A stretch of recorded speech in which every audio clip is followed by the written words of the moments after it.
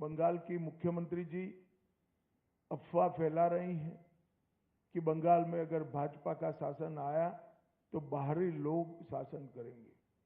मैं दीदी को बताना चाहता हूं, दीदी बंगाल का अगला मुख्यमंत्री बंगाल में ही जन्म लेने वाला, बंगाली मीडियम में पढ़ा लिखा और बंगाली बोलने वाला होगा। इतना ही है कि आपका भतीजा नहीं होगा, वो भारतीय जनता पार्टी का कार्यकर्ता होगा।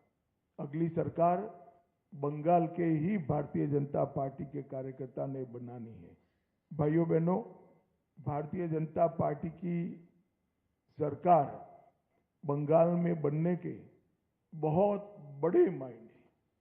हमारी सबसे पहली प्रायोरिटी होगी कि बंगाल की महिलाओं को हम सुरक्षा प्रदान करें, उनको भय से मुक्त करें। जिस राज्य की महिला मुख्यमंत्री ये कहती हो कि 7 बजे के बाद महिलाओं को घर से निकलने की जरूरत क्या है, मैं मानता हूं उनको शासन करने का कोई अधिकार नहीं।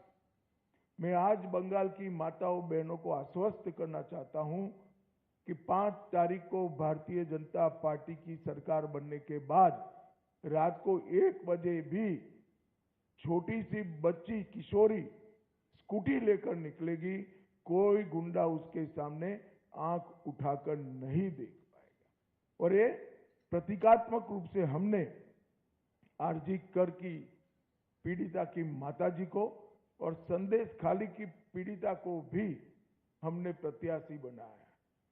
जो बंगाल के टीएमसी के गुंडों की विक्टिम थी, वो असेंबली में बैठकर ये गुंडों के खिलाफ कठोर प्रशासन के नियम बनाने का काम करेगी। मुझे लगता है बहुत बड़ा परिवर्तन आने वाले दिनों में होने वाला है। और दीदी को महिला आरक्षण का विरोध करने का जवाब भी इस चुनाव में बंगाल की मातृशक्ति देगी, इसका मुझे पूरा विश्वास है।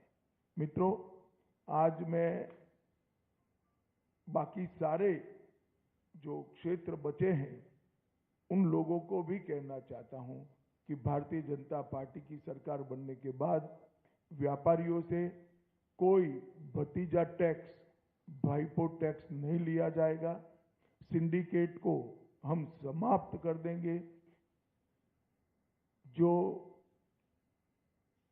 प्रशासन का राजनीतिकरण हुआ है और राजनीति का क्रिमिनलाइजेशन हुआ है, वो एक प्रकार से नासूर बना हुआ है।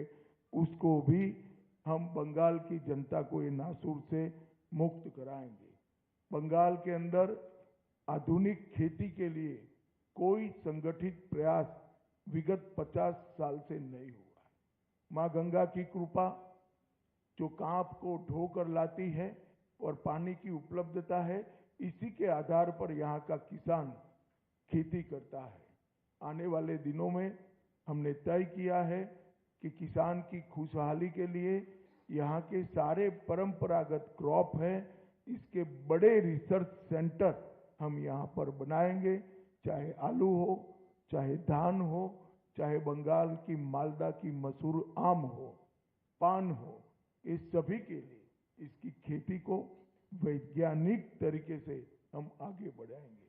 और एक भ्रष्टाचार प्रस्तापित इंस्टीट्यूशनलाइज करने का काम ममता बनर्जी ने किया है। 32 से ज्यादा घोटालों के माध्यम से 10,000 करोड़ से ज्यादा रुपयों का भ्रष्टाचार बंगाल में हुआ है। 10,000 करोड़। हमारी सरकार भ्रष्टाचार मुक्त पारदर्शी शासन तो देगी ही देगी, मगर जिन्होंने भ्रष्टाचार किया है इनके खिलाफ एक श्वेत व्हाइट पेपर जारी कर सारे भ्रष्टाचार के आरोपों की सुप्रीम कोर्ट के रिटायर्ड जज से जांच कराकर भ्रष्टाचारियों को कड़ी से कड़ी सजा दिलाने का काम करेंगे, जिससे आने वाले अनेक सालों तक यहां पर कोई भ्रष्टाचार की करने की हिम्मत न कर पाए।